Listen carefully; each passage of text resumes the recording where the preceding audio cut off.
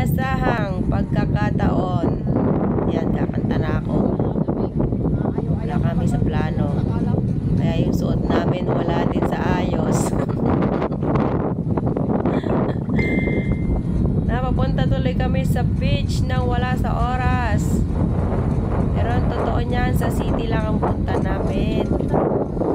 Pero ayan, naboring kami. Napunta kami sa tabing dagat, nag-bike-bike, namasyal.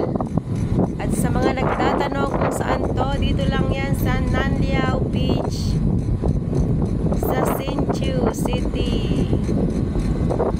Ayan, ang gamit namin camera is camera 360, kaya ganyan malikot at kala mo nasa ibang planeta. Nakaka-relax dito, promise. Hindi pong pag gusto mo mapag-isa or gusto mo ng makipag-date dito, biking lang kayong dalawa. Nakaka-relax siya kahit puyat kami at pagod, walang tulog sa magdamag. Ora pa rin, gala pa rin. Siyempre, kailangan mag-relax. Napakaganda ng view, as in.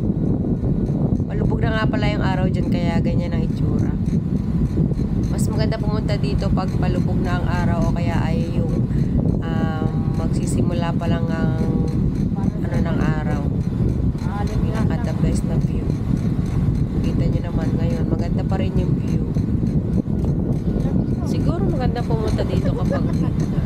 Kasi yung hangin pa lang niya ngayon, kahit masikat ang araw, malamig na.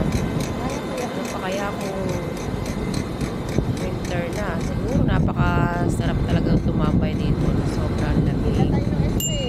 Tapos sa pagkaramdam. Buti na lang may nila kaming jacket. At kung hindi, mangingisay kami sa lamig. Kahit sikat na sikat ang araw, napakalamig. Kasi nga tabing dagat siya. At wala masyadong mga